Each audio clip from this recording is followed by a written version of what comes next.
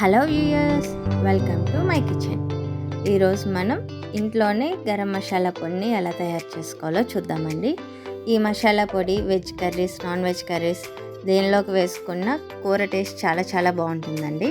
మరి దీనికి కావాల్సిన పదార్థాలు: ఎండుమిరపకాయలు 3, నల్ల మిరియాలు 1 టేబుల్ స్పూన్, ధనియాలు 3 టేబుల్ స్పూన్లు, జీలకర్ర 2 టేబుల్ స్పూన్లు, అనాస పువ్వు 3, లవంగాలు 1 టేబుల్ స్పూన్, బిర్యానీ ఆకులు 3, దాల్చిన చెక్క 1 ఇంచి, జాపత్రి చిన్నది, జాజికాయ చిన్నది, యాలకులు 1 టేబుల్ స్పూన్.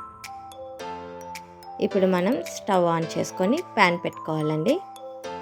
ప్యాన్ హీట్ అయిన తర్వాత ధనియాలు వేసుకొని కలర్ చేంజ్ అయినంత వరకు బాగా రోస్ట్ చేసుకోవాలి.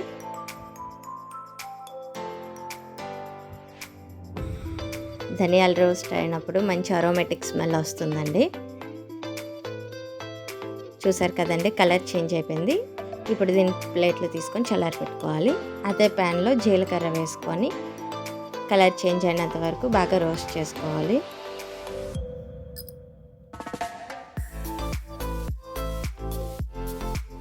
జీలకర్ర కూడా బాగా రోస్ట్ అయిపోయింది కదండి, ప్లేట్లో తీసుకొని ఇది కూడా చల్లారి పెట్టుకోవాలి. ఇప్పుడు అదే ప్యాన్లో మిరియాలు, యాలకులు, జాజికాయ, జాపత్రి, దాల్చిన చెక్క, లవంగాలు, అనాస పువ్వు, బిర్యానీ ఆకు, ఎండుమిర్చి వేసుకొని ఇవి కూడా బాగా రోస్ట్ చేసుకోవాలండి.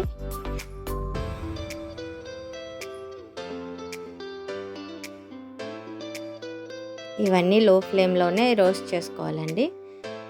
బాగా రోస్ట్ అయిపోయాయి కదండి. ఇప్పుడు ఇవి కూడా ఒక ప్లేట్లోకి తీసుకొని చల్లారి పెట్టుకోవాలి.